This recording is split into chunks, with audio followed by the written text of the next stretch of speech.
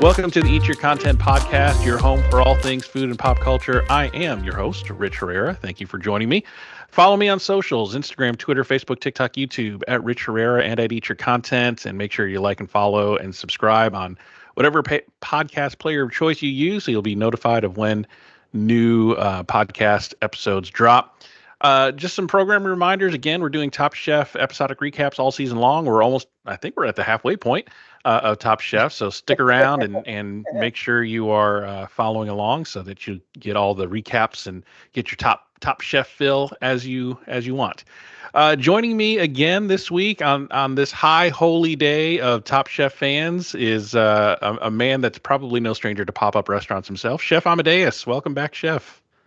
Hey man, great to be here. I'm excited to talk about this week because there's a lot of twists and turns and what the hell type of moments. So I'm ready to dive. I'm ready to dive into them, and there's a rule calling. We'll be talking about. So let's go from there, sir. Yeah, we got a ton to talk about. It's Restaurant Wars week, which is, the most wonderful time of the year for Top Chef fans is Restaurant Wars.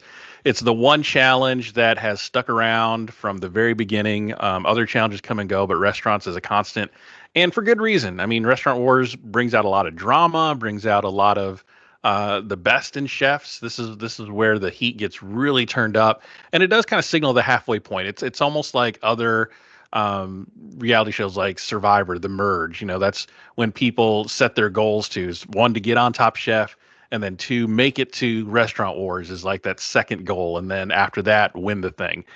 So now we're at Restaurant Wars, and it's a little weird because it's an odd number. We got 9 people instead of 8. Normally, you get down to the halfway point, it's 8, and it's 4 on 4. But we have 9 by virtue of bringing 2 people back and kind of having that odd number. Restaurant Wars, you watched seasons in the past. This is essentially a pop-up restaurant challenge. You probably have participated in a pop-up or two, so you have a little bit of experience in this, if not directly, obviously, with Top Chef, but kind of in that concept of having to create a restaurant from soup to nuts in a short period of time, and it's temporary and it's up and you serve and then it's down. So kind of what were your thoughts about Restaurant Wars in general, this episode in general, before we kind of dig deep into it? What's your experience with pop-ups, et cetera, et cetera? Well, this was first of all how they chose their teams was interesting. Yeah.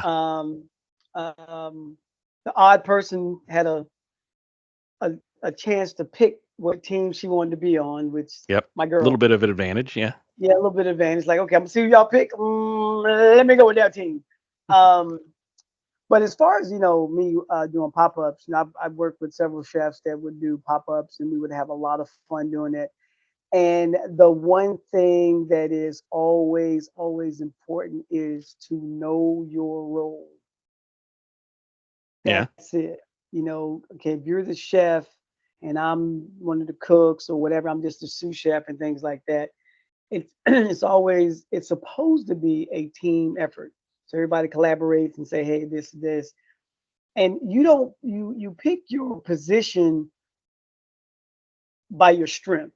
Perfect example. We're in Haiti and we were cooking it was 4 of us, 1, 2, 3, 5 of us cooking, chefs, all backgrounds, Jamaican, Haitian, the whole 9 yards.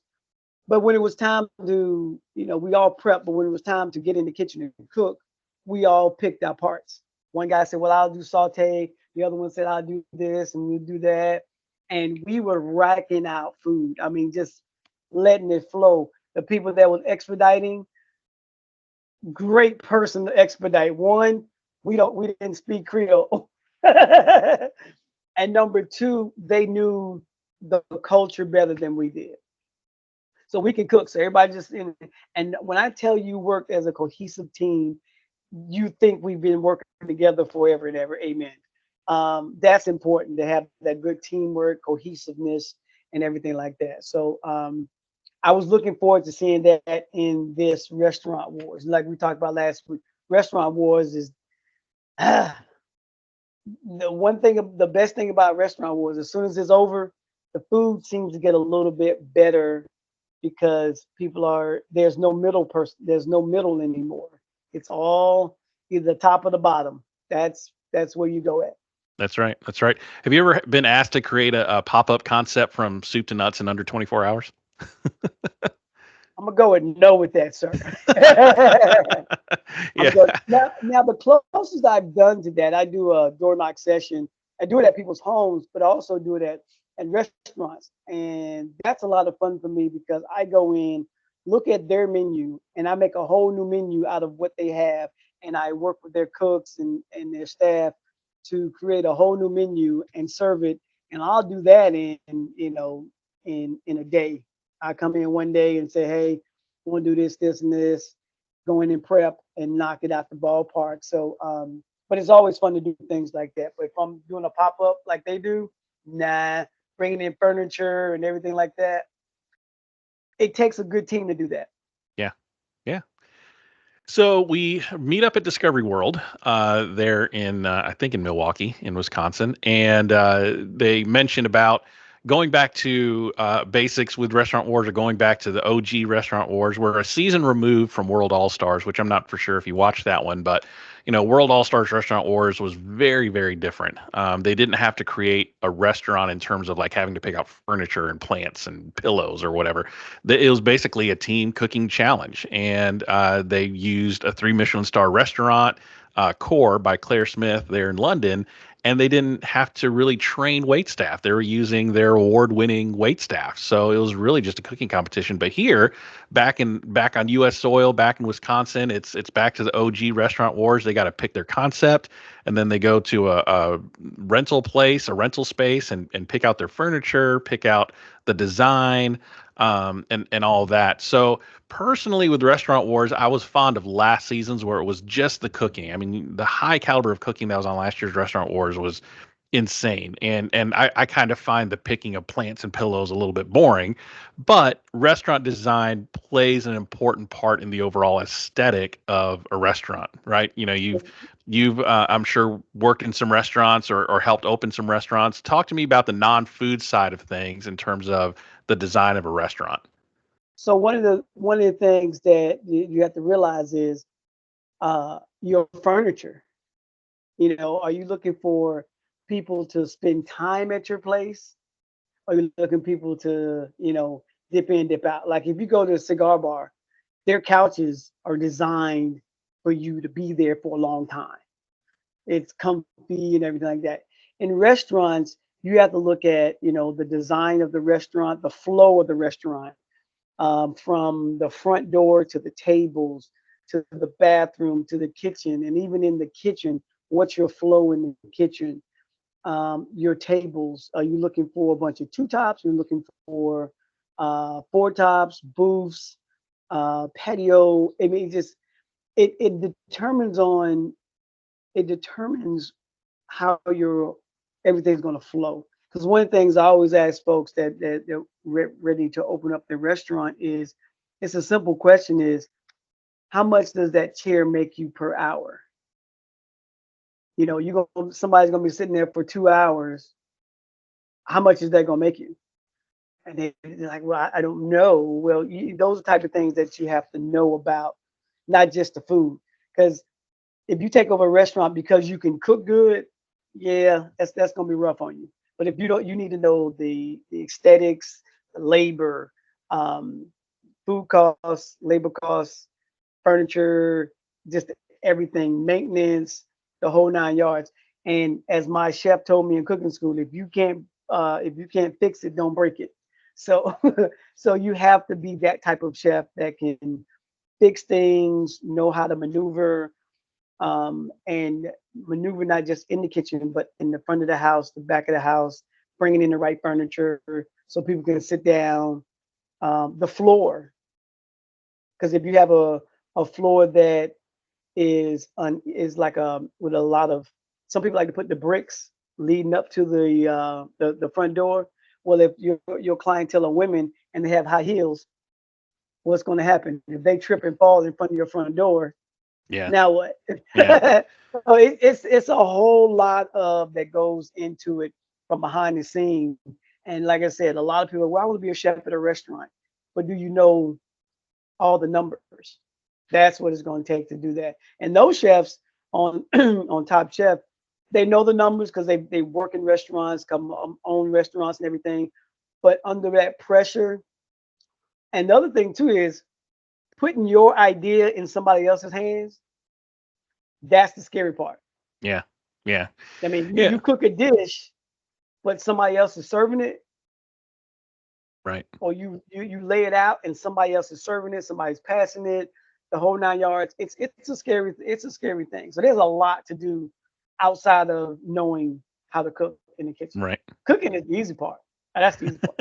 It's the running the business part that's the hard part. Yeah, it I tell people all the time, restaurants don't close because of bad food. It closes because of bad business. That's right. That's right. So that's how you have to look at things. Don't look at it as the food. So that's just, if chefs could just cook and don't have to worry about the business part of it, oh yeah, they're happy.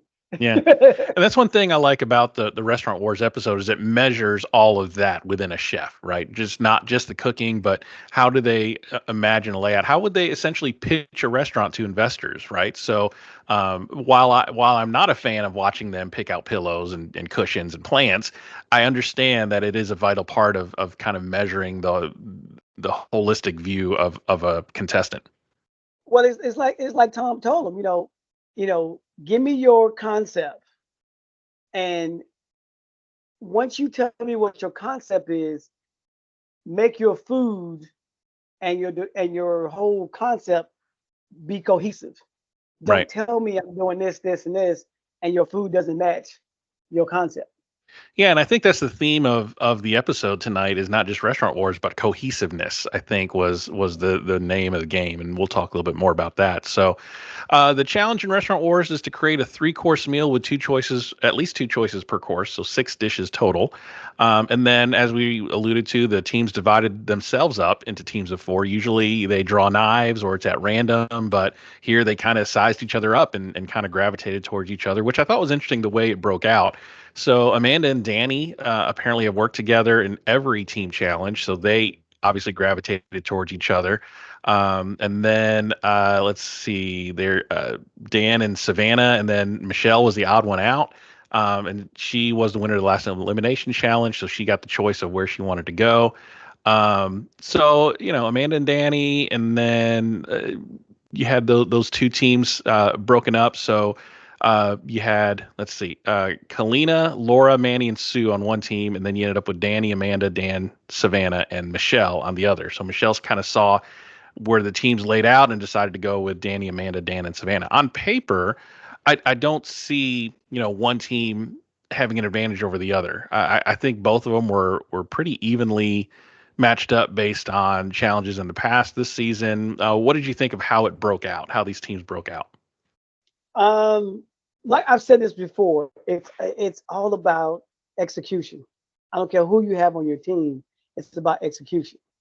And as we talked about before, everybody you picked because they were James Beard and all these other things. That's not why I picked them on my team.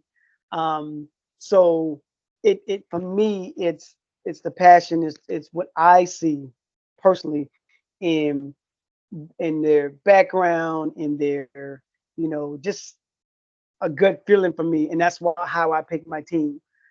Even though my team and your team on paper they can go head to head at any time because they've all James Beard Award winners, runner ups, and all this stuff. They have all accolades, but for me, it all comes down to the paper. I always tell people, on paper, your team's supposed to win.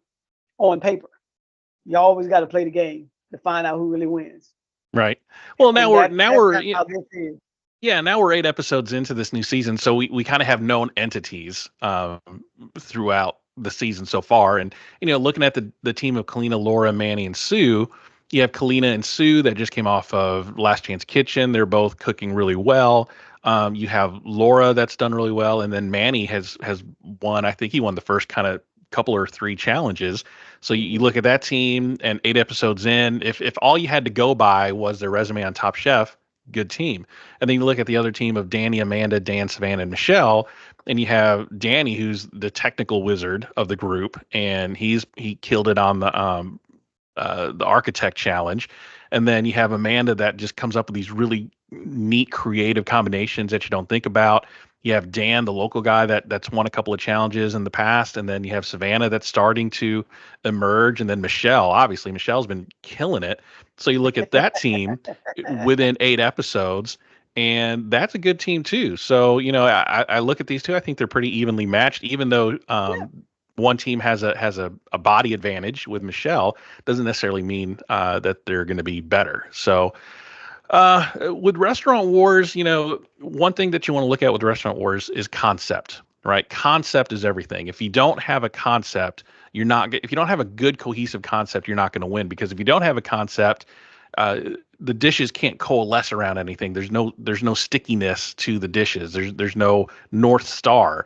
And that's what a concept for a restaurant is a North Star. Where are all my dishes pointing to? So, kind of walking through the concept. So, as they're planning, Kalina, Laura, Manny, and Sue decide they want to go with an Asian Mexican fusion. They call it Dos by Duel, I think. And then Danny, Amanda, Dan, Savannah, and Michelle kind of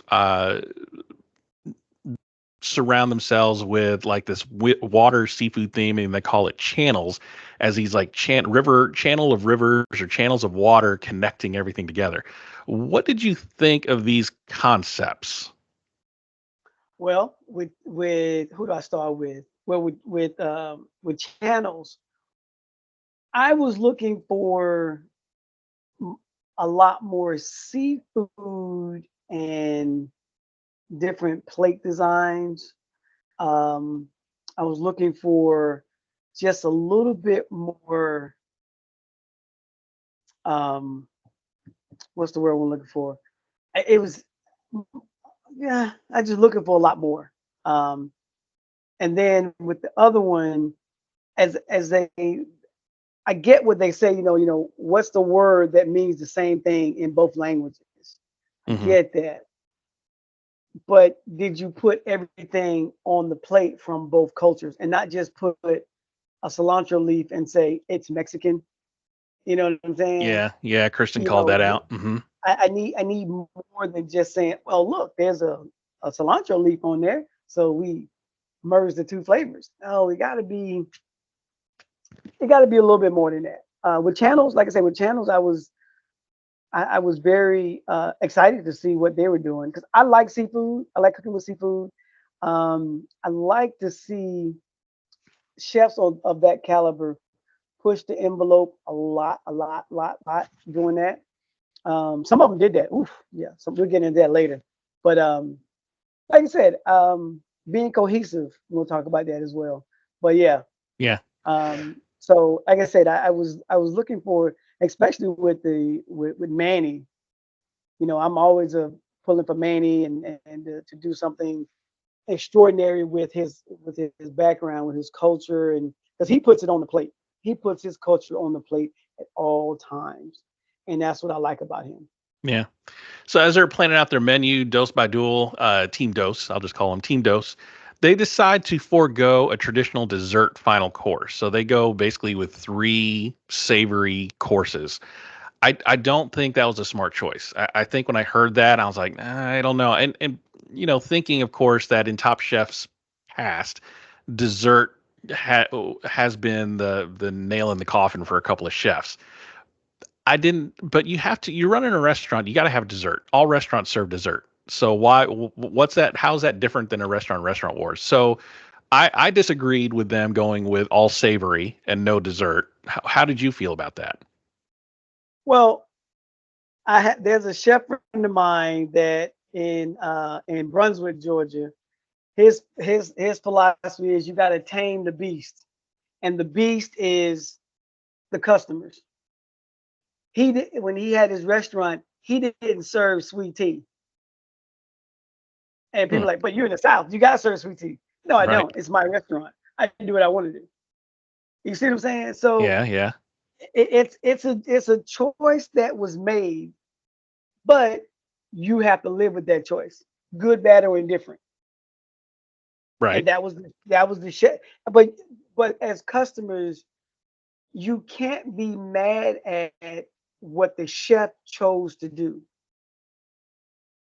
That's my opinion. If that's what they want, if they're like, I'm not serving sweet tea, would don't be mad at me. I'm serving shrubs or another concoction. They felt like, we don't need the dessert.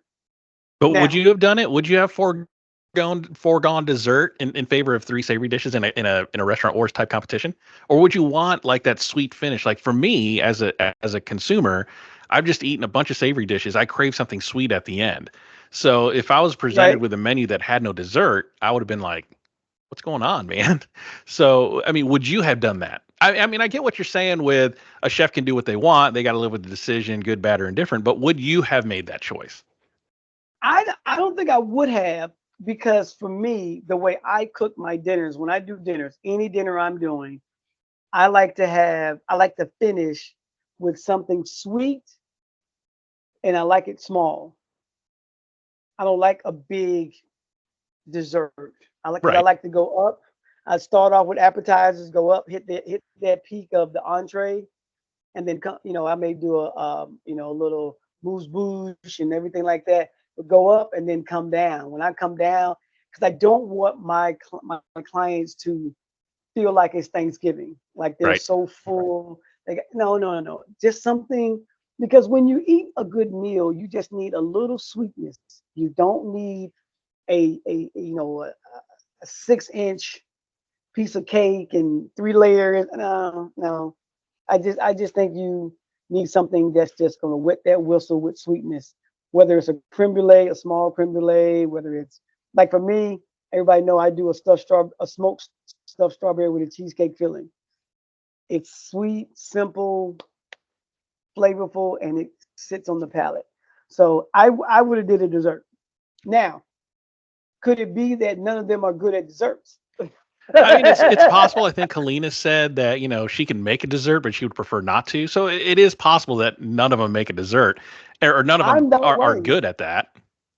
All my chef friends who know me, I would rather default somebody else to do my dessert because that is not my and I'll make a dessert, and when people are like, oh my God, this is so good, I'm like, I can't let you introduce you to my real pastry chef friends because you're really think. Be like, dude, that's the one dessert I know how to make. So calm down. And I exactly, I have about 3, maybe 4 good desserts that I do, and I'm tapped out. Yeah. What I'll do is I use that flavor in different ways. It's the same flavor, but it's different ways. So yeah, I'm not a. All my chef friends know that. Yeah, doing desserts, I'm your last result. If I'm on your team and I'm doing desserts, I'm the last resort for you to like. Well, you need somebody to do it. So Yeah. yeah. Well, so Team Dose decides to forego dessert. Let's see. That's an interesting, strategy. Let's see how it works out for him. It's a bold strategy, Cotton. Let's see if it pays off for him. And then Manny, as they're planning out the menu, I think Manny has the line of the night as they're hashing it out. This Asian Mexican fusion. He says, forcing a dish into a menu is like a fart. If you have to push it, Yes. it's probably shit. Truer words have never been spoken, my friend. Now, here's the thing. When I've done my podcast or interviewed chefs, people always ask me like, "Why do y'all speak in that manner?" I'm like, "Listen, when I did my podcast, Southern Passion Lounge, way back when, it was you as a listener was listening, eavesdropping on what chefs talk about. So Right. we talked about this way. I would bring people to restaurants that we would shut the restaurant down. So you get to have dinner and drinks with several chefs. They're like, man, y'all just don't care. I say, no, that's just what we do. And in Manny's defense, and sometimes you got to put it down like that. And And Manny was funny too. Manny was funny. He said, "Don't use that." Well, of course they're going to use that. of course they're gonna use A it. producer's not going to hear that line and not use it. As soon as you say don't use that, it's used. I thought that was I thought that was pretty funny. But Manny, it doesn't surprise me a line like that coming out of Manny. But speaking of which, during the shopping, this kind of made me slap my forehead a little bit. So they're shopping and they have a dish that they want to do, pescata alla tala, which is Yep. fish. Yep. And he says, he in his interview says, we didn't even consider that we have to cook for 75 people. I'm like, what do you mean you didn't consider? That was part of the challenge. What do you mean? That was the rules that Kristen said. It's like, you're going to have to cook for 75 people. How do you not consider? Did you just forget? Like, what are you doing? So obviously Whole Foods doesn't have enough fish. So they have to pivot and go to pork. So did he just like go mental there for a minute, or did he? I like Manny. He's on my team. And sometimes you just have a brain fart. You literally have a brain fart. Because I don't know for sure, but in his mind, he was probably so focused on just cooking for the judges, like he's always been doing. Yeah. Cooking for judges and focus on that. Yeah, and sometimes now they pivot, and when they pivot, that probably threw him off. Yeah, because that pork dish comes back to haunt everybody, and so it throws up when you have your mindset on a particular menu and how you want to cook it, how you want to lay it out, and how you want it seasoned, and then you have to throw out a fish for a pork tenderloin. It's a completely different dish at that point. And a lot of chefs, they get in that way. They get focused on, I'm doing this, and anything that disrupts that, it's like, oh man, now I really got to put some thought behind it, because I had it all set up for a fish dish. Yeah, My and now it's a flavors, pork my dish. presentation, everything was, I know I have it in my head. And you see they walk around with their books, which is awesome. All you young cooks out there, always have your tablet with you. Always. Yep. Because like I say, my chef, when I first got out the military and I was working at a restaurant, that dude told me, he said, every day come up with a new dish. You don't have to cook it. You just have to write it down. And man, and this has been over 30 years ago, and I still do that all the time. Yeah. Yeah. So, they don't have time to go to the fish market because they got to do pre-service. So let's talk about pre-service for just a second. So Team Channel, I think Danny did probably one of the smartest things I've seen on film at Restaurant Wars. He took the time to create pre-written ticket templates so that all the server had to do was write the table number down and like put a check mark next to the dish that they wanted.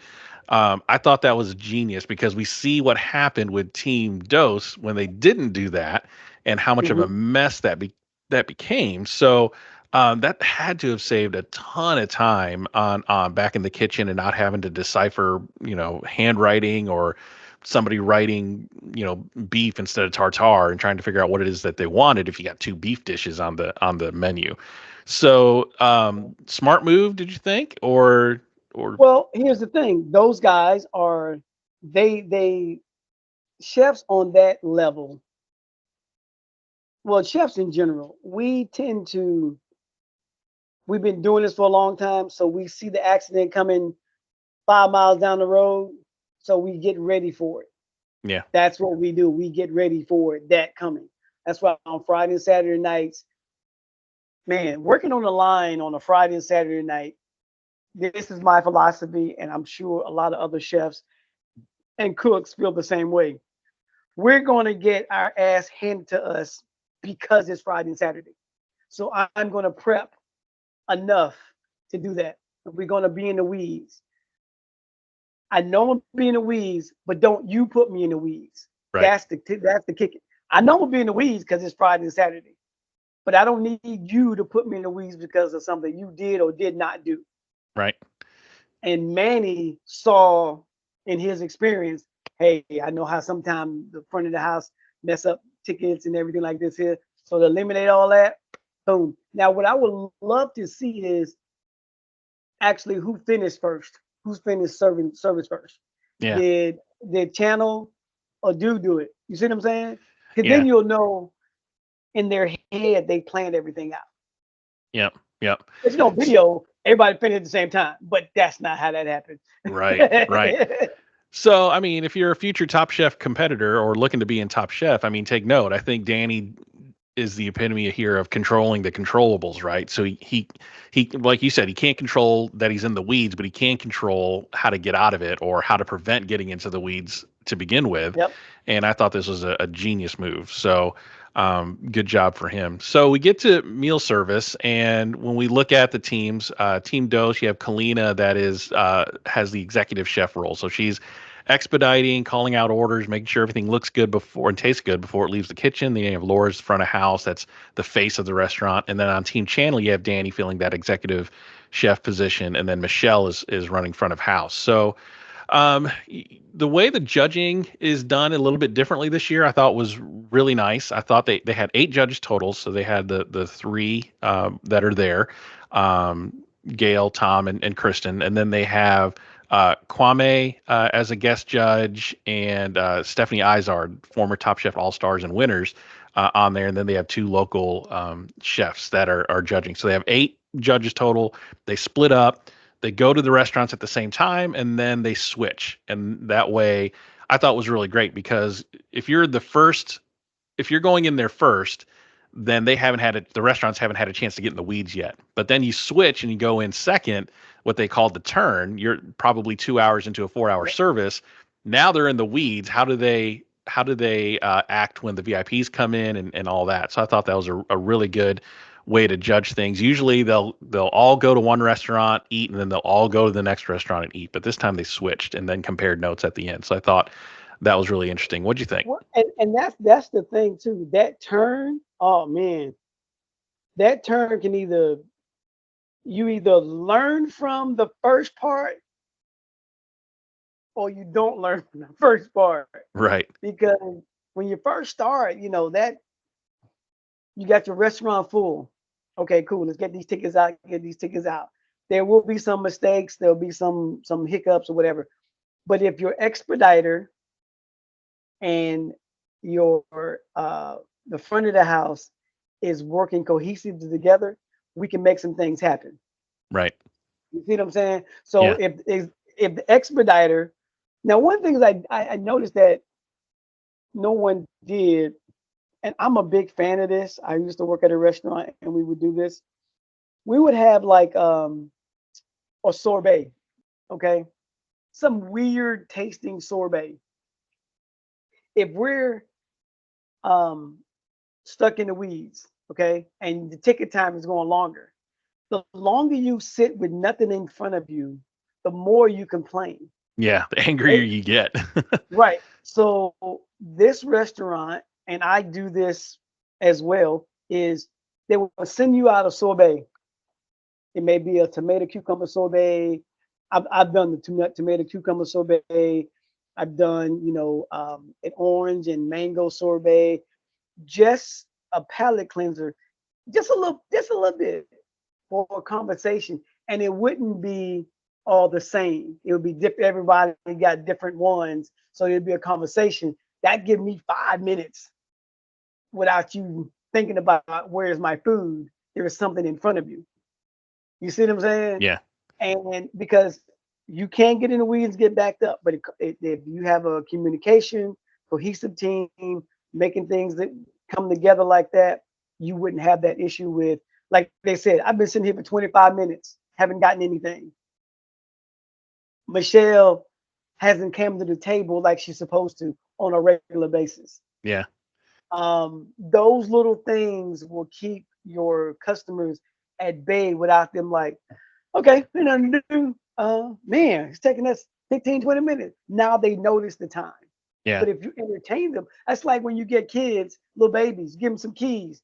They're not gonna drive anywhere, but they got something to play with until keep them occupied until you get ready to do the next thing. Yeah. Yeah. So let's talk about the courses. Let's talk Team Dose first. With the first course, you had Laura with a beef tartare and cilantro green goddess dressing, gochujang and a rice cracker. Kalina had a melon and Dungeness crab aguachile, pickled bamboo, and a furikake tostada. I thought they were both good first courses. What? So this is my whole thing. So how many weeks we've been doing this show? Yeah, we're on 8 on episode 8 now. Yeah. Yeah. Can I ask you a question? Okay. How many times are we going to do this aguachile? There has been a lot of aguachile this year. I will say that. It's like every time I turn around, granted, it's a great dish, da da da da. but you're getting judged on. If you look at Tom, because you know Tom is that Tom is one of those chefs that's been there, done that. You can't pull the wool over my eyes because I see it before it happens. You get another aqua chile. So now what do you compare it to? The other 12 that dishes that came out? Yeah. I just wish. I get that's your go-to, your aqua chile. But after a while, it's all gonna taste the same. Yeah. And I just when I heard they doing aqua chile, I'm like, didn't I just hear that for the last 7 times? It's just Yeah, and then we saw it in Last Chance Kitchen a couple of times too. A couple of right. redemption attempts at Aqua Chile, but yeah, Right. it's a lot. And when she did it, she didn't even win because it was like you missed the mark again. Yeah. So I mean, anyway, that's just my 2 cents. No. I mean that makes sense. I didn't even think about that. So yeah, I mean, but thinking back, I have heard Aqua Chile the word a lot. So you're right. Yeah, But it's like but overall, aqua chile, aqua chile. Come on, man, just do something different. Come on. yeah. But overall, I think the judges all liked both dishes. Gail said the melon and Kalina's dish kind of watered it down a little bit. Uh, I think people had some trouble with the rice cracker in Laura's dish. Yep. Kristen said it was soggy, and Tom didn't even eat it. So it's kind of one of those things. And Kwame had the backhanded slap of the night. He said it was flat, and the tostada was stale and greasy. So yikes, that's something you don't want to hear. So that comes from food sitting in the window too long. It died in the past. It died in the past. Yep. It died in the past. And I'm sure, excuse me, I'm sure when she fried that, it was crispy. I'm sure she put it on a rack so it, get nice and crispy. It's not sitting on anything and it gets soggy, anything like that. But once you put it in the past and it's dying in the window, now once again, if it dies in the window, whose fault is that? Yeah. Yeah. Is the chef's fault or is the expo's fault for not sending it out early enough, Right. letting it sit in the window? Is it the waiter's fault for not coming back to get it? Yeah. Or there's so many variables in there. But having a great expo is, man, it's very important.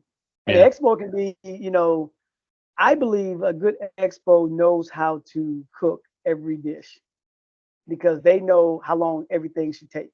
Right. Right. So it's because if somebody goes down for whatever reason, the expo can go back there and fix it and send it out and everything like that. So you have to look at that too. Was it the expo's fault or somebody else's fault? But yeah, Kwame he was hard and gentle on all the chefs. Yeah. Yeah, we'll talk about judges table in a minute, but I thought it was. I didn't think they minced words on a lot of these, so I thought it was a really good judging overall. But let's look at the second course. So before we talk about that, there was a little bit of confusion coming out of the second course, coming into the second course. Kalina can't decipher what the ticket says. Laura has to rewrite the ticket, and again, this is where Danny's kind of clairvoyance kicks in, and he knew that was going to be a problem and did the ticket templates instead. And this is where Kalina, I guess, didn't foresee that and is now having to decipher what all these tickets mean when they're all written differently. So already kind of in the weeds there from the go. So with the second course, you have Sue with rice cake, salsa verde, and a Chinese sausage and pepita. Manny made a miso butter poached shrimp, kimchi, jicama, and bok choy. Stephanie Izard liked Sue's salsa verde. Gail called it savory. The judges thought Manny shrimp is cooked beautifully, but the jicama kimchi drowns out the heat of the jicama. Kwame said the rice cakes were tough to chew. Kristen posits that they were seared first and then sat, like what we were talking about earlier, probably just sat on the pass and died. Kwame thought each of Manny's ingredients in his dish were fine on their own, but none of them shined, and that there wasn't really any Asian Mexican fusion going on with the dish. So any thoughts on these dishes? I thought the miso butter poached shrimp sounded good. Looked good on the TV screen. That was probably the dish I would have wanted to have tried out of the two if I saw it on the menu. I like I said, the miso butter shrimp is I'm with you. It sounds good and everything, but once again, how long did it sit? Yeah. And now, because here's the thing, when you cook seafood, not my bad, let me back up. When you cook any protein, it still cooks, continues to cook after it comes out of the pan. I didn't see a heating lamp under there either in any of the kitchens. Yeah, no, I didn't either. So, but yeah, once you cook it and it's sitting, it continues to cook. It'll go in about 5 degrees higher, 5 or 7 degrees, 5 to 7 degrees higher, just by carryover cooking. So, I think that, like I said, you don't see everything. Then you usually see, one point A to point B, but you don't see in between all those. The dish sounded amazing. Yeah. Yeah, I thought If so I too. wasn't allergic to shellfish, I would have tried that. I would have tried that dish. Just for the miso butter itself. 'Cause I like miso. I like cooking with miso. Um, so anything miso-ish, I like to play around with that. Um, like I said, it's just these dishes are, you have to look at it from, I guess, as a competitor, you're trying to do the best for the judges. Sometimes it's going to come out right because of variables, whatever variables. But I still take my head off to these chefs because it's a lot of pressure. Yeah, I It's a mean lot it's definitely a ringer. So of uh so they get done with the second course, and then the pileups continue. Gail and Stephanie are left waiting for food, and they had to ask a server what's going on. So again, not a great look. But the third course finally does come out. Manny has a beef tenderloin with mole negro, shimeji mushrooms, and black garlic. And then the team collaborative dish was a pork tenderloin a la tala, charred pineapple, black bean, and onion puree. The judges loved the puree, but everybody thought the pork was under seasoned. Tom called out the lack of char on the pineapple. Kristen said Manny's beef was cooked perfectly. Out of these dishes, definitely the beef tenderloin was my choice as the one I would have went with. now I'm gonna go. Now we just had this conversation about why is there um the sauce done on every time aqua chile, aqua chile, aqua chile. I got to show a little favoritism. Manny be killing that mole. Well, yeah. I mean, he's only done mole a couple of other times. I don't think it's Right. as much as the aquachile, but he does No, kill not in as much. mole. Not as much as the aqua chile, but when he pull out that mole, I haven't watched Top Chef on a regular basis, but I have to say his mole has the judges all like, man, it's and to make a mole in that short period of time, Yeah. he's doing his thing. So but yeah, he's another one that every time I turn around, I got a mole sauce. I got a mole sauce. Okay. But it's good, man. If it works, it works. That's the difference. If you have a Exactly. good mole Exactly. and it's good every time, I don't mind it a lot. But if you have a bad aquachile over and over again, And it's not good, you're like, yeah, okay, here we another one. go again. Yeah. So but like I said, I'm with you. The tenderloin looked amazing. Those beauty shots that they take, man. Yeah, they look good. It's dude, that's just awesome. I thought that they did good on that one. Manny did a good job on that one. And the team, I'm with Tom. Looking for some char. Um, it just blows my mind that they say their food is under seasoned. It really does. Yeah. I mean, it was a Um, collective right. agreement that it was under seasoned. But here's the other thing too. The chef slash expo, That's their they're job. the gate that before it goes out, you have to see, taste everything. So if anything goes out, it's not it's the chef's fault, not the Right. team fault. 'Cause you're that last piece going out. You're the last quality check before it goes out. Yeah, Yeah. you got to wipe the plate down and taste everything while they're cooking. You need to be tasting everything because if you catch it while they're cooking it versus in the past, that's not a good thing. Yeah. So overall, what do you think of team Dose by Duel's performance overall? A lot of miscommunications. Yeah, I agree with you there. I think that was the word of the night. They didn't communicate well. I think Kalina, her ticketing system wasn't working for her. She was visibly frustrated a lot of the time, which that attitude or that aura kind of seeps its way into the rest of the kitchen. So I And just and, think they and like they I didn't said, communicate and well. like I said, the dishes stood by themselves. It wasn't like the flow of things. Yeah, It's like I did my dish, you did your dish, but we didn't do a dish together yeah. as a team. Everything didn't flow. They were like cooking individually on a team. Yeah, and I think Kwame had the judging line of the night again, where he says, "Dose by Duel is what he thinks of when he doesn't like the word fusion." And you know, I like Kwame. I mean, he doesn't mince words; he tells it like it is. I think they need to have him on as a guest judge more often. But he's right. I mean, there's when you hear the word fusion, you're trying to be maybe trendy or cool, but sometimes it ends up being two types of dishes made poorly as opposed to one really good dish. Well, one of the things that when I hear the word fusion, because I do a lot of, I call it world cuisine. Um, I put more than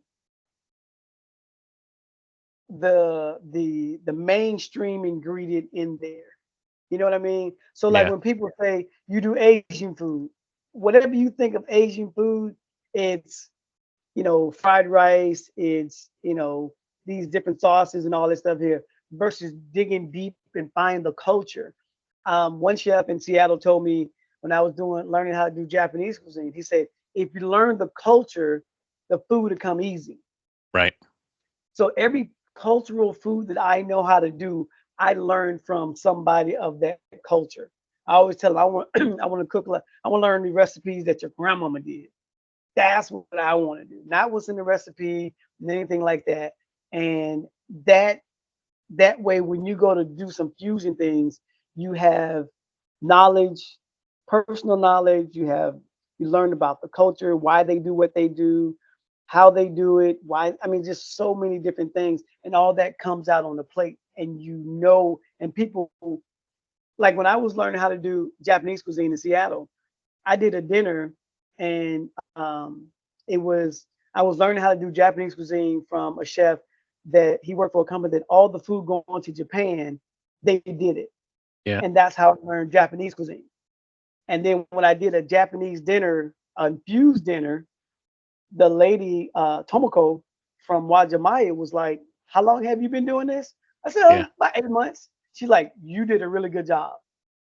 Because for 8 months I was learning different techniques, different flavors, going to Wajimata, learning stuff, tasting stuff, trying stuff. And now my knowledge and work with other chefs that do Japanese and Asian cuisine, that's what it takes to make a fusion. So I do Puerto Rican and Southern, Asian and Puerto Rican, but I know the flavors. And Yeah. that's what it takes. Not just drop, here you go, cilantro. Yay, fusion Mexican. it. Yeah, exactly. Yeah. So let's walk over to Team Channel and see how they did. So the VIPs enter Channel, and it's a regular server greeting the judges at their table, and not Michelle. So Yes. not a great look from the start. Not only did she not greet them, but she didn't check in with them, and she didn't say goodbye when they left. So I'm getting flashbacks from season 19. This is what Jackson got kicked off for, as kind of being bad front of house. So if you know what's happening, you know what's coming. You've seen, I'm sure, previous episodes of Top Chef, previous Restaurant Wars. So for Michelle not to do that, and she justified it by saying, I want to give them their space, but no, this is not where you do that.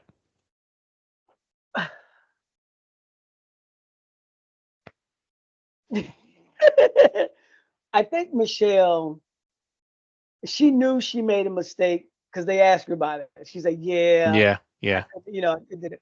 Now, I guess in her, like she said, in her mind, and that's how we go in her mind. She wanted to give them that space and everything. But if it was me, when they, and especially when I know they're coming, I'm looking at the reservation book. They be here at 8:15. I'm somewhere close by where I can meet and greet with them, get them put together and get their palate going, those type Yeah. of things. Yeah. And she recognized that. She recognized that. And that's the sign of a great chef is when you recognize your mistakes and not blame anybody else for Yep. it. I done screwed up. Yeah, and she admitted it. Yeah, I could have did that. Like I've always said since day one, whatever they mess up on, if you go see them now, they'll be on it like Yep. Yep. they'll be So on it. that's right. So let's talk about the courses. So the first course comes out. You have Dan smoked walleye with labna, potato cake, and harissa, and you have Savannah making a chawan mushi with scallop, maitake, and ikura. Kristen said the chawan mushi was texturally stunning and seasoned well. Kwame said the mushrooms were chewy and was a bit of an overthought.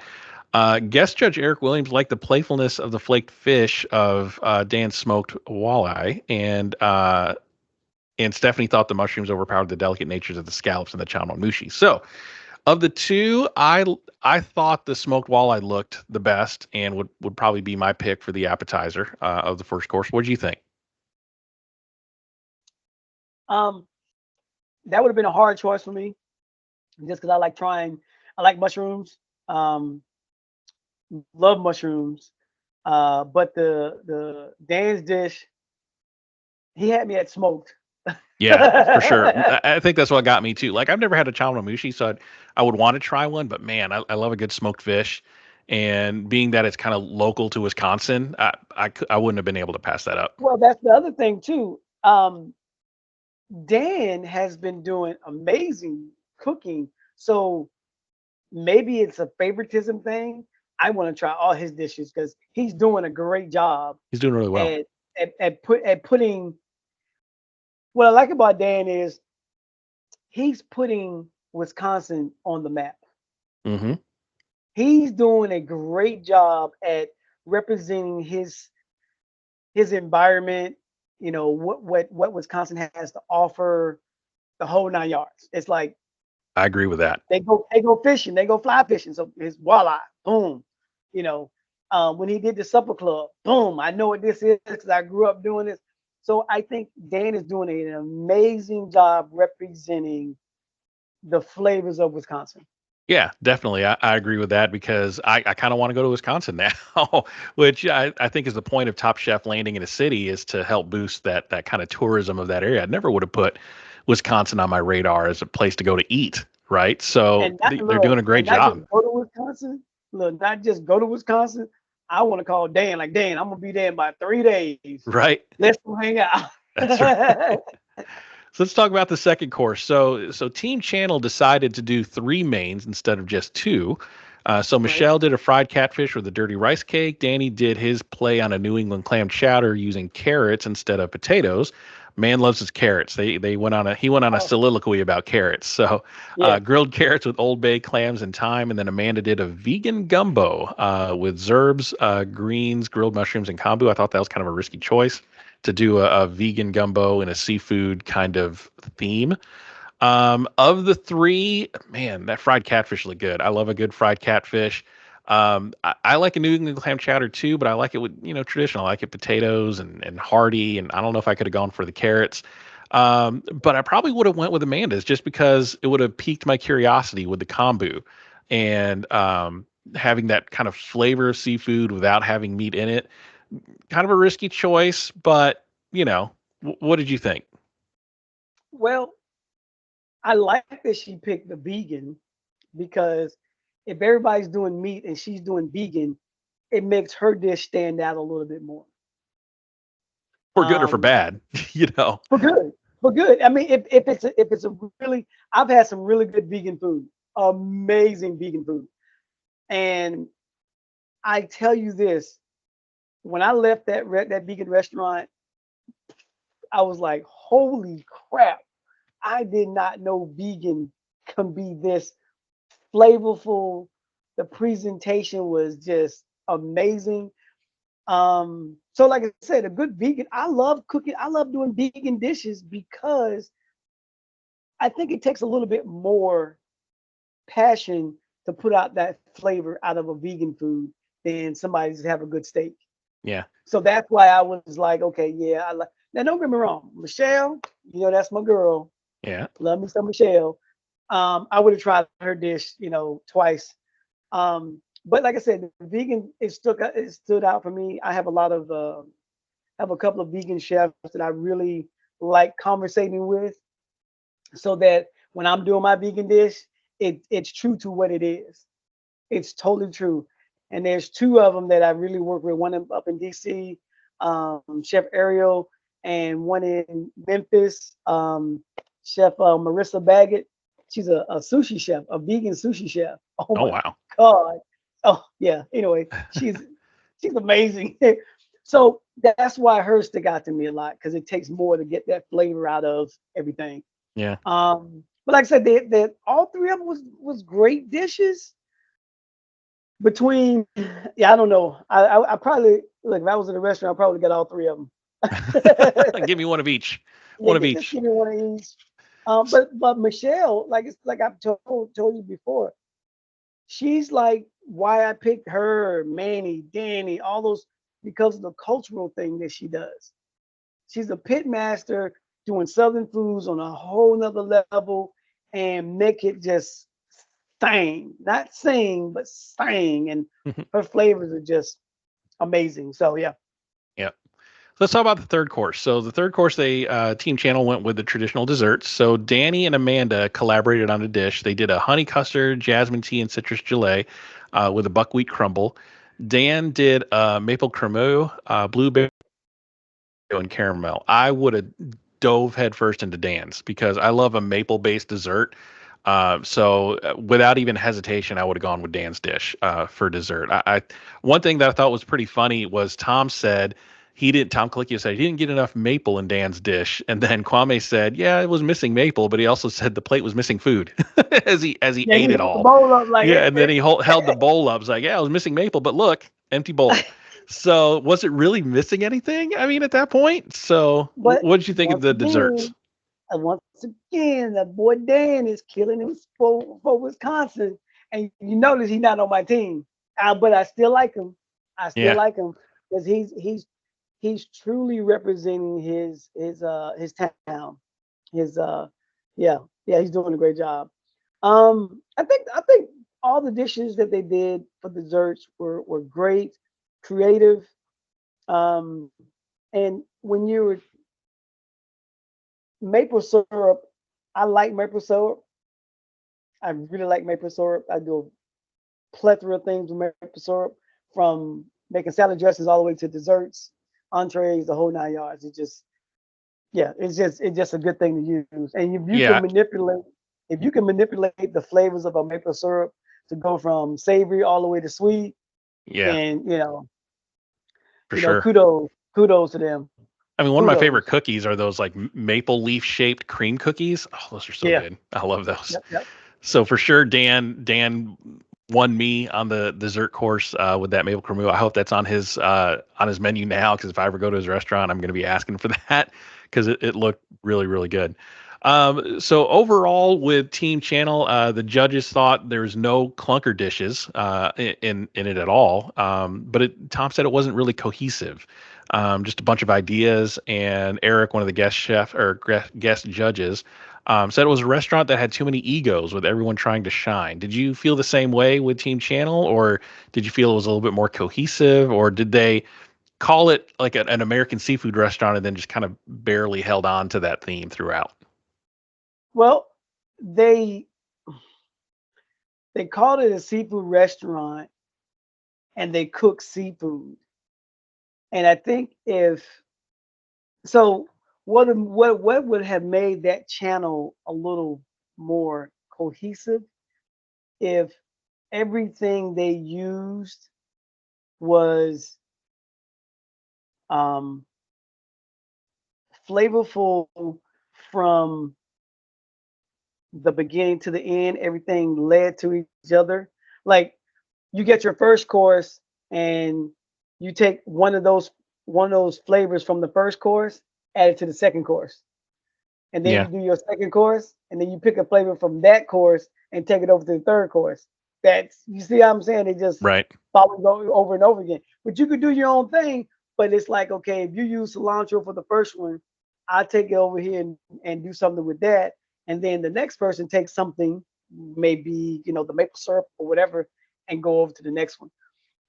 I think, but they work well as a team. Yeah, I thought so too.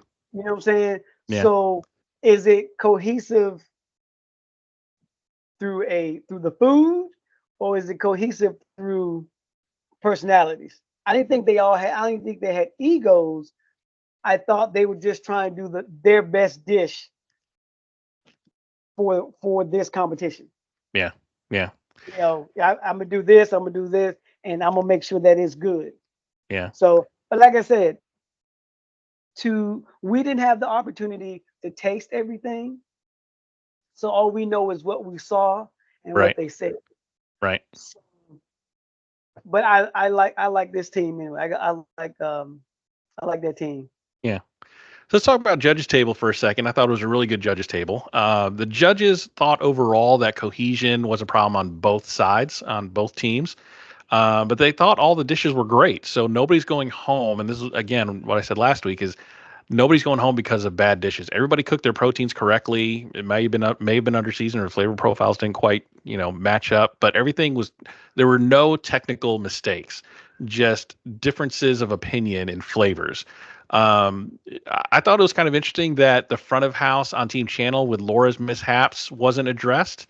They talked about Michelle's a little bit, but Laura was delivering food to the wrong table. There was backed up tickets, and Laura kind of skated by. So I don't know if they just didn't see it, or if those things that were edited into the broadcast didn't happen when the judges were there, or what.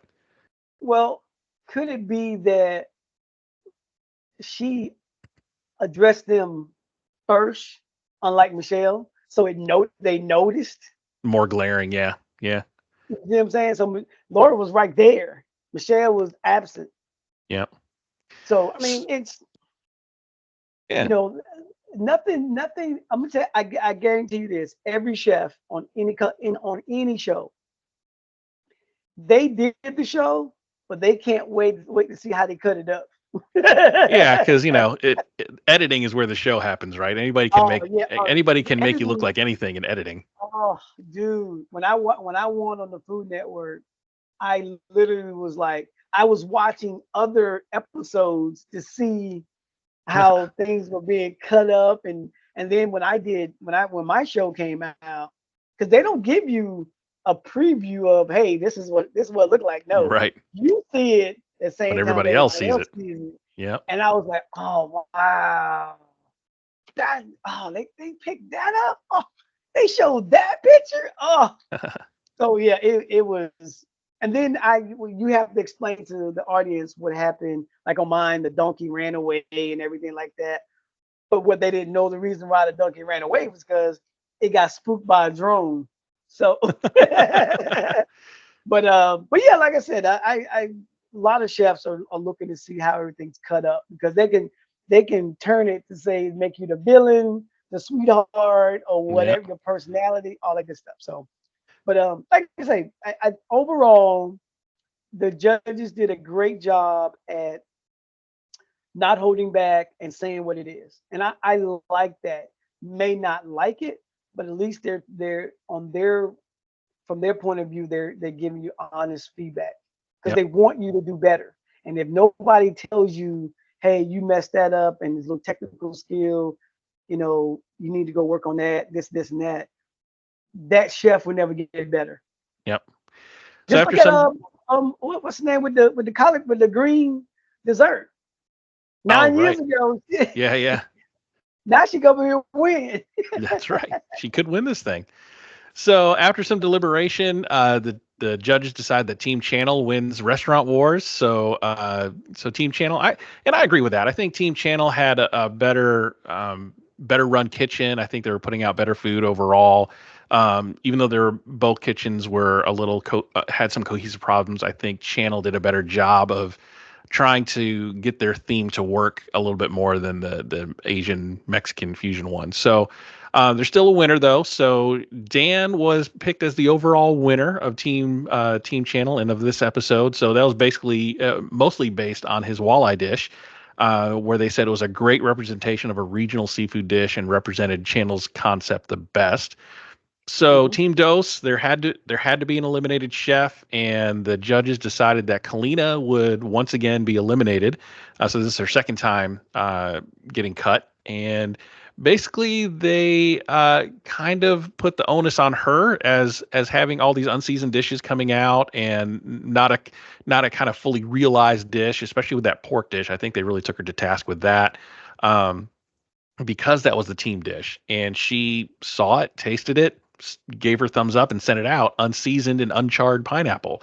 So the captain goes down with the ship. But let's talk about LCK. Let's segue right into it. So she's eliminated from the main competition. She goes right into Last Chance Kitchen. They do a quick pre-interview, and she's like, I don't think I have it in me. I don't know. I'm tapped out creatively. I'm fatigued creatively. So she goes in, and they do the pleasantries, and Tom says, "You ready to go?" And she's like, "No, I'm out." And she quits, and she says, she's her mental health is suffering because of it, and she's putting herself first, and she stepped out. She's feeling burned down on Top Chef. And look, I mean, I get that. Top Chef is a medieval torture device of a cooking competition. So, what are your thoughts on her stepping out? Dude, you are not a chef. The things that goes through chef's mind is very mentally draining. Sure. It is emotionally draining, and it's just sometimes you just have to step away and take care of you. And I'm speaking from experience. There's been a couple of times where I literally had to back away from a lot of things because there's just so much going on. But your your fans, your customers, they don't see you. They see the big smile on your face. They see you happy go lucky, running the kitchen, everything like that. But they don't see what's behind the chef's toque. They don't see that. And I'm speaking from personal experience. I'm speaking from having conversations with my fellow chefs. Sometimes we just need a break. And for her to do that, my I am not mad at her. I applaud her because the stories that go on with chefs losing it because of whatever is sad. So for her to put herself out there and say, you know what, done. There's mental health in this industry is a big thing. There are a lot of chefs and a lot of the American Culinary Federation. They bring in chefs every time there's a convention or whatever. It's all about mental health. And for her to put her head out there and say, you know what, I can't do this anymore. I'm good. There should be no one mad at her, upset at her that she didn't do this, she didn't do that. It's not about you. It's about her. You cannot feel what she is going through unless you've been in her shoes. And I'm telling you, hats off to her. I'm so Yeah. proud of her to doing that. Yeah, absolutely. I couldn't agree with you more. I mean, there's no job, no competition, no amount of money that's worth your mental health, right? If you Exactly. the fact that you can recognize that you're at that breaking point and you're like, I got to step back or something bad's going to happen, and to step away and to concentrate on yourself. Look, people come back on Top Chef all the time, right? So this is not the Yep. end of the journey for her. Oh And no, no, even no. and even if you don't win Top Chef, you don't really lose, right? Her name is out there now. She's going to be recognized. Her restaurant is probably doing gangbusters now. So, good for her. I thought that was a smart thing to do. Like, she recognized within herself that my time on this show is done. I don't feel like I have anything to prove to anybody. I am emotionally, physically tapped out, and I'm done. There's nothing more I can do. And like I said last week, I said Restaurant Wars, you will come out a different chef after Restaurant Wars than when you came in, and that's what happened with her. I mean, I think Restaurant Wars really gave her a gut check and said, "Is this do I want to keep doing this for another, you know, 8 weeks?" Well, here's the other thing too. She was the chef slash expo in her restaurant. She has more control Right. than on Top Chef. These are her people that she hired. These are her people that came to work for her. Her standards. These aren't just people that say, "Oh yeah, here's your team." They don't know each other, body language, the whole 9 yards. Because when you're in a restaurant, everybody starts to come together as one. They know what pisses people off. They know how to get through a service together. Even though we 20 feet deep in the weeds, we know how to get out of those weeds. But with her on Top Chef, she didn't have that support that she would have at her restaurant. Right. I mean, the chefs are great. Don't get me wrong, the chefs are great. But the wait staff, taking the food to the wrong table, that doesn't happen in her restaurant because her staff, she trained her staff to do what she wants to do and knows that she's in control. And I said this before, as a female in this boys club, there's a lot of pressure on these women. So for her to recognize, hey, I'm gonna step back from this, I'm good with it. My hat's off to her. I've said this many times on this podcast. I'm a huge fan of female chefs that's doing their thing in this big old boys club. It ain't right.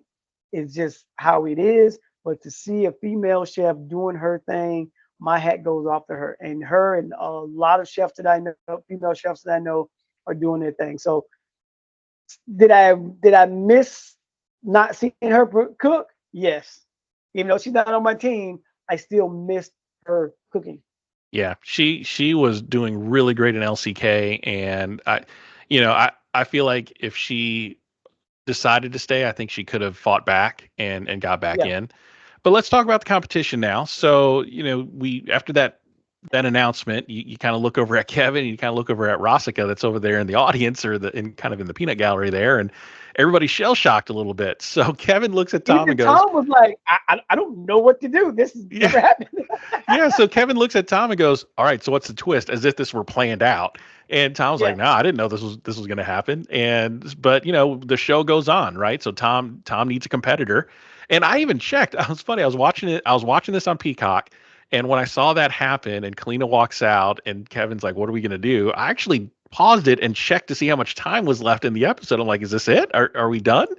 And I was like, "Oh wait, no, it's a full 13, 15-minute episode." I was like, "Something's going to happen." So I hit play again, and he calls Rosica up from the bench and says, "You want to compete?" And she's like, "Heck yeah!" So there's a little bit of a weird stipulation though, because Kevin's already beaten her once. So Tom says, to be fair, you got to beat Kevin twice because otherwise it'd be a tie. He beat you once, you beat him once. So to break that tie, it's the best 2 out of 3. So whoever wins 2 out of the 3 challenges moves forward. So Kevin has already won one. So between Rosica and Kevin, so Rosica would have to win this one and then another one if she were to move forward. So the challenge is for 45 minutes to cook 2 dishes, one savory, one sweet, based on a restaurant concept of their choosing. So kind of a mini Restaurant Wars for Last Chance Kitchen. So for Kevin, he always wanted to do a French bistro, and for Rosica, she always wanted to do like a South Indian based themed restaurant.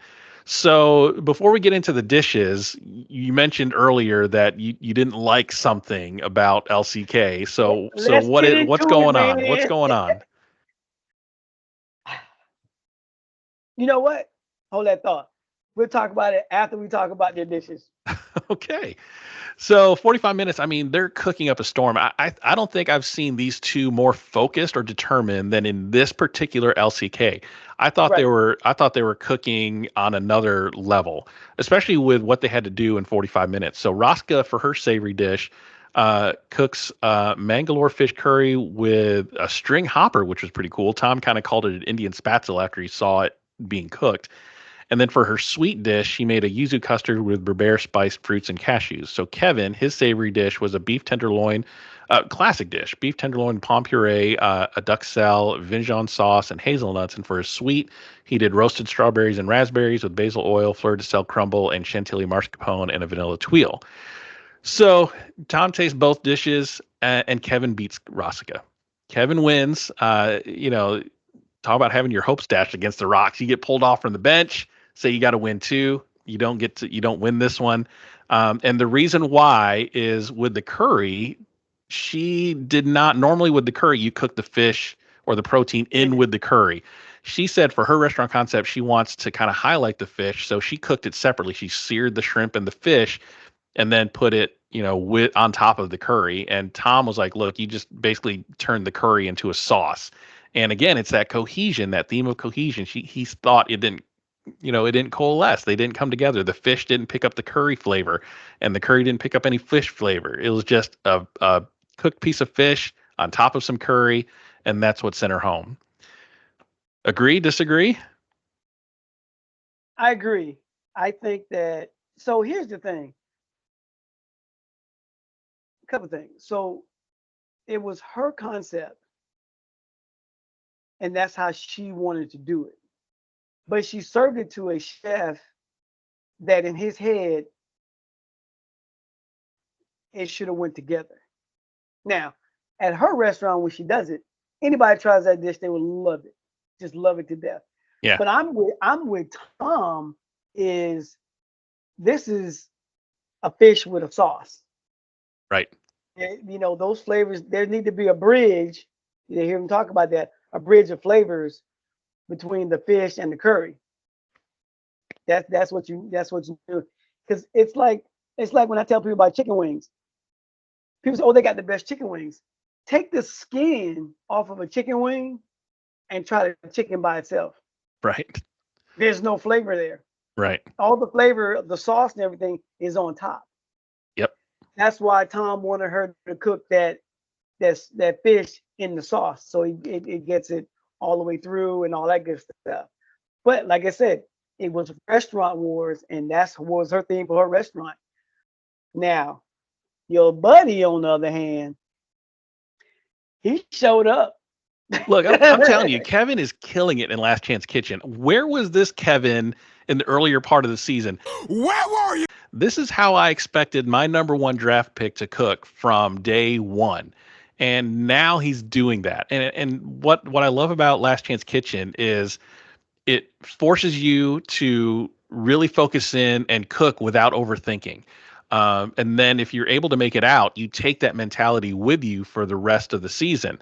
So I think for him, it's like, all right, I only got 45 minutes to do this. I don't have time to think about it. I just got to do it. And then his muscle memory kicks in and his memory takes over, and he's putting out some dishes, man. This is my number one pick, and he's finally delivering me some points. Well, look at like we talked about with Sue. When Sue was in the kitchen, he was killing it. But when he got to the competition, he had too much time to think. Yeah. And he was overthinking it. That's why you have to train yourself to think on the fly. And to go with your gut.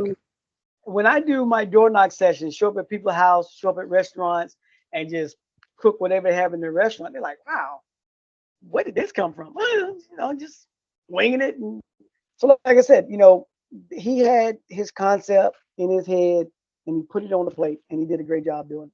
Yep. So Kevin moves on in LCK. So before we get to the draft point updates, any final thoughts about the episode or Last Chance Kitchen?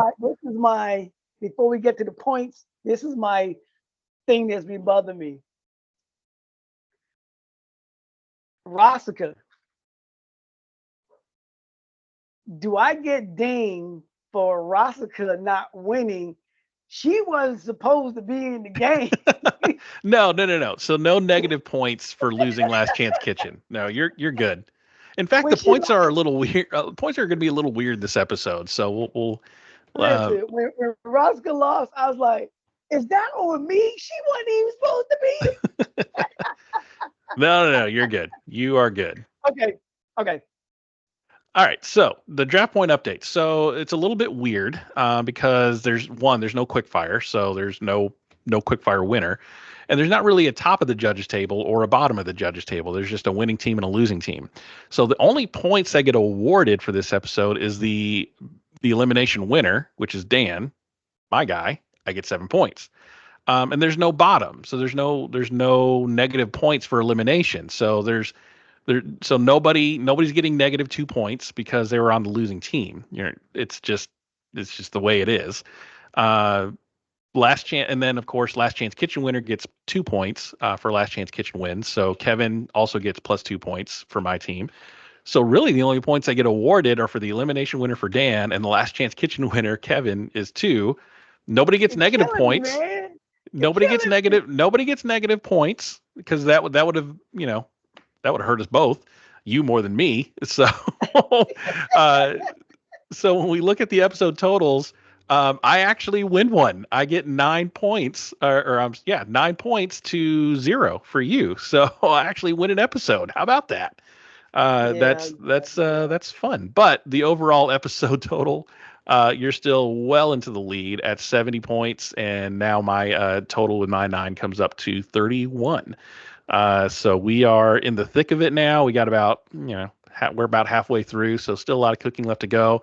And, if we get to the finale, if your chef ends up in the finale, I think it's like 30 points or something. So it's still anybody's game at the end of this. I've always said this, just because I'm in the lead right now, there's no room to sit back and gloat and like, I want, because there's, as you see, there's so many twists and turns. When chef's like, you know what, for my mental health, I'm done. Yeah. And so, like I said, for her doing that, I'm very proud of her. Very proud of her doing that. Because I like her. I really do. I like what she does, and everything. But yeah, I hope that she can, bounce back from this. I'm sure she will bounce back. Oh yeah, we have not seen the last of Kalina. Oh no, and like I said, I'm sure her restaurant is just doing so much, doing amazing. But yeah, this is a good episode. Restaurant War is always different. Now I'm looking to see how the food goes up, and up after Restaurant Wars. That's right. So another Restaurant Wars is behind us. Thank you again for covering it with me. What do you got going on the next couple of weeks or so that people should be aware of? Where can people follow you? Man, so you can follow me on Instagram at Chef Amadeus, on Facebook at Fans of Chef Amadeus, TikTok Chef Amadeus. Go to my website at chefamadeus.net and make sure you get on my email list. I do a lot of things that is email based, so it's not on social media and things. So you have to be on my email list to get invites and get updates on what's going on. And I like it that way. Because I just did a little tasting, and I had a couple of folks show up, and they were kind of excited and different of what I did and how I did it. So yeah, so stick around. I have a lot of things coming up. I'm working with some local farmers, which is great. I'm working with a local farm that has cattle. I'm using tallow straight from the beef. Oh, it's so much fun. So yeah, follow me on those, and yeah, keep up with me, Instagram and all that good stuff. And if you have any questions about cooking tips, needing cooking tips, let me know. I got you. All right. So you can follow him on at Chef Amadeus on all most social networks. And you can follow me at Rich Herrera and at Eat Your Content on TikTok, Instagram, X, Facebook, YouTube. And make sure you like and follow and subscribe on YouTube and on your favorite podcast player choice to know when everything new is coming out. Chef, thank you again for your time. I appreciate it. We'll see you next week. Yes, sir. I'm looking forward to it.